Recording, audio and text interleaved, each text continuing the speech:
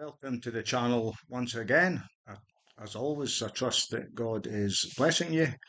And today is the 20th of November 2025. Okay, I want to share something with you which I believe is very important. But let me begin at the beginning. And as I go along, bear with me because it all makes sense. It will make sense.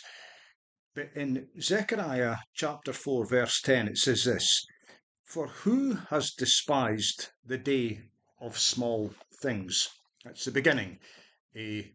Zechariah 4, verse 10. Who has despised the day of small things, or the day of small beginnings? Now, the context of Zechariah is that the temple had been commissioned to be rebuilt, but it wasn't rebuilt in a night. It took a long time. There's many stages, many phases, many small victories before getting to the major victory. Okay, so this all begins with a dream that I had about a month ago. Now, I'm obviously from Scotland, and now and again I do like to follow the fortunes of the Scotland national football team. And about a month ago, they were about to play a game against a country called Belarus. Now, the expectation amongst the fans, the players, the manager, was that they would beat this team quite easily, maybe 3, 4 goals, but it would be an easy victory. Well, with just 1 or 2 minutes to go, the score was 2-1 to Scotland. They were winning, they were having victory, and the game finished like that.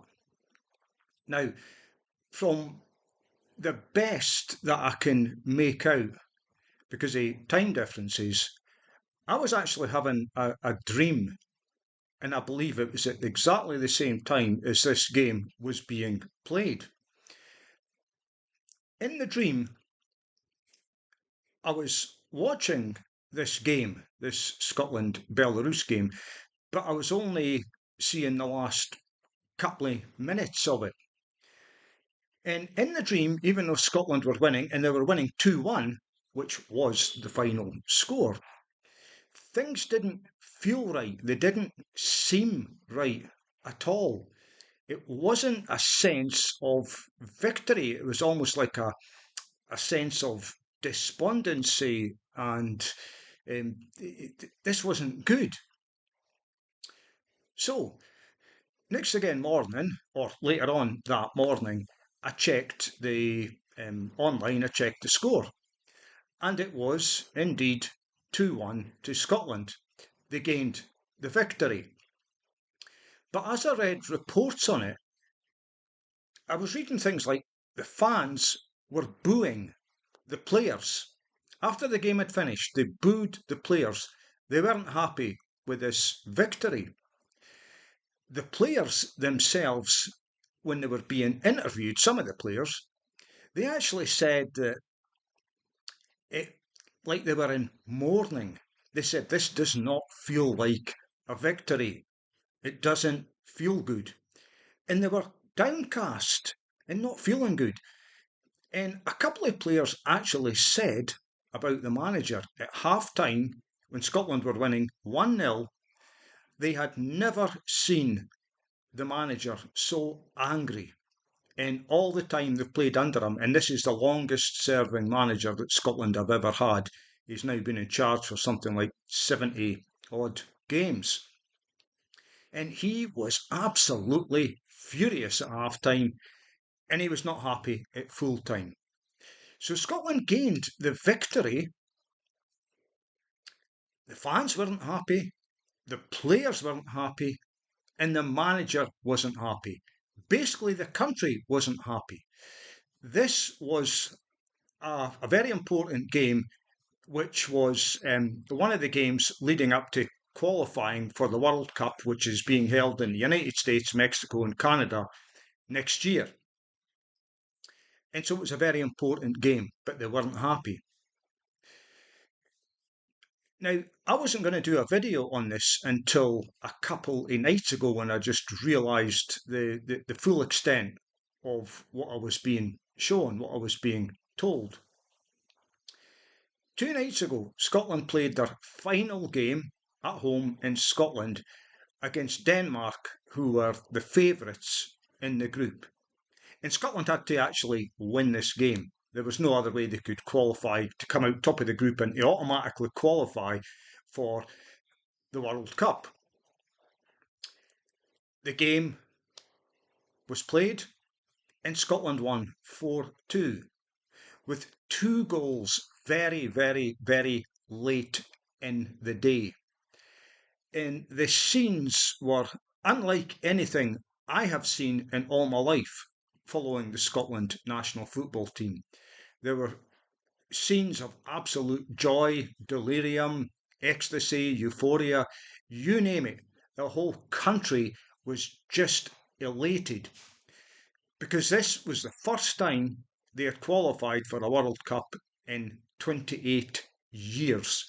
It was a massive victory. It was huge, absolutely huge. But without that small victory against Belarus last month, the game 2 nights ago would have been meaningless if Scotland had drawn or lost against Belarus. They only won 2-1 and nobody was happy. But that victory was absolutely crucial. That small victory was vital. And then a month later, you have one of the greatest victories ever in Scottish football history, as they qualify automatically for the World Cup next year after 28 years. Think about this. Joseph was in prison for something he did not do. He was put in charge of other prisoners. Now, Joseph could potentially have thought, well, that's a small victory, but I'm still in prison. I'm not free. So how much of a victory is it, really? 2 years later, Joseph is now second in command of all of Egypt. He is no longer just in charge of a handful of prisoners. He is in charge, second in command of all of Egypt and all its food resources. During those 2 years or whatever it was, he interpreted a couple of dreams, and you can read that in Genesis 41 and 42, I believe it is, or it's round about there anyway. The dream of the butler and the baker. And it was 2 years later, Pharaoh had a dream, and nobody could interpret it. And Joseph was brought out of prison because one of the prisoners remembered that he had interpreted his dream, the butler. He'd interpreted actually both the dreams of the butler and the baker. And because he was able to interpret with the aid of God, obviously, he interpreted Pharaoh's dream correctly. Pharaoh immediately put him in charge, second in command of all of Egypt. Talk about a massive victory. And yet, 2 years prior, he had this small victory where he was put in charge over a handful of prisoners, little realising what that small victory would eventually lead to. As it says in Zechariah 4:10, don't despise the day of small things or the day of small beginnings, because it leads to something far, far bigger, which you or I cannot see at this moment in time. God's given you so-called small victories, but there's a huge victory coming for you personally and for the church at large. God bless you all. Bye-bye for now.